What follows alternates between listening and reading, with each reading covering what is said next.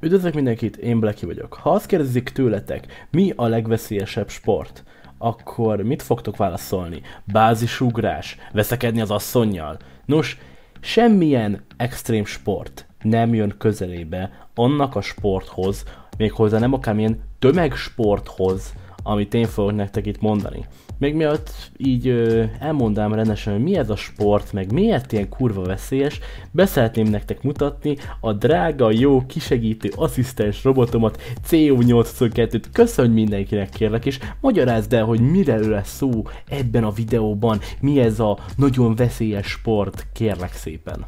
Hellóztok, a nevem CO822 Blacky asszisztens és segédrobotja. Tudom, hogy ez egy hülye dolognak hangzik, de nézd meg legalább 3 videót ettől a mekegő baromtól, és rájössz, hogy ez az idióta nem tud 2,5 mondatot kimondani makogásval teljes kudarc nélkül. Kedves vagy. Tudom, a lényeg az, hogy ez az idióta azt gondolja, hogy a jégkori a legveszélyesebb sport a világon. Fejtsd ki miért is. Na most a jégkorcsolya az 3 veszélyességi fokozatra osztható.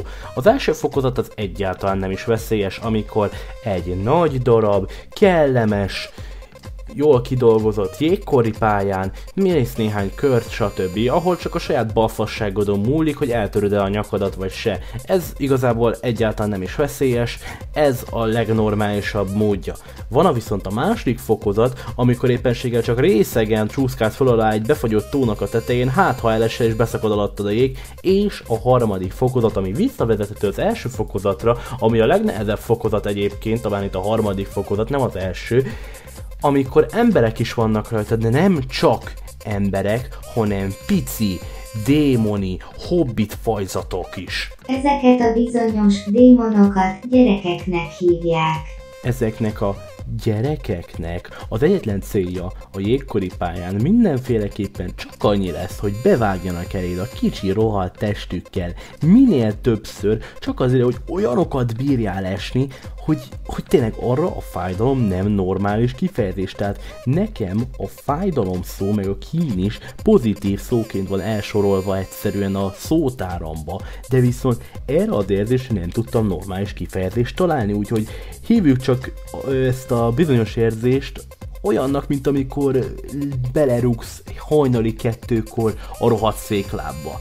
Tehát csak szavazd meg még 20 milliárdszor, tehát olyanokat bírsz esni, hogy egyszer még a legnagyobb mazoista, idióta állat se bírja élvezni, nem beszélve arról, hogy utána még a hülye gyerek is rád fog esni mindenféleképpen, aztán utána rád esik az idióta felnőtt is, hogy azzal a címszóval, hogy miért bántod a gyerekemet, mármint őszintén mi a jó büdös, jó faszért kell azokat a pici lényeket bevinni a rohadt pályára, és utána nem is figyelni rájuk, csak azért is, mert ezek az idióták táblát se bírnak olvasni. Van egy geci nagy nyíl, ami mutatja a rohadt menetirányt, de ők azért se arra mennek, és viccen kívül a semmiből fognak előbukkanni, akár leesnek az égből is, csak azért, hogy elét teremjenek, és akkorát tudjál tanyázni, hogy a végén azt veszed észre, hogy a bal lábad a seggedben van, a jobb lábad meg a bal füledben. Magyarul. Te most clickbaiteztél csak azért, hogy rinyálj arról, hogy a gyerekeket nem kéne jégkorcsolya pályához hasonló helyekre engedni, mert tök mindegy mi van, csak a baj lesz velük és erősen ön és közveszélyesek. Pontosan, nem beszélve arról, hogy hála a börtönnek én már 3 éve járok ki jégkori pályára, és 3 év alatt basszus nem tanyáltam körülbelül egyszer se, de amint egy picivel több gyerek volt a pályán olyan szinten, hogy nem bírták őket elkülöníteni, egyből elestem, de akkorákat basszus, hogy nem éreztem a hátamat vagy fél évig. Először is az iskola, nem pedig börtön, másodszor nem éreztél semmit, mert nincs is lelked. Tudod mit? Szerintem mi kurva jó barátok leszünk, de szerintem lassan végezzük ki ezt a videót, mert őszinte legyek, amikor így először eszembe jutott ennek a videónak az ötlete, akkor nagyobb terveim voltak vele, de nem tudom, úgy elfelejtettem őket. Ha nem innád el a maradék agyadat, akkor talán megmaradt volna a fejedben. Oké, szerintem 2 halált kapott ez a kecske, akkor helyette én köszönöm meg a figyelmet. Ha tetszett, nyomj egy lájkot és iratkozz ahova akarsz, na sziasztok!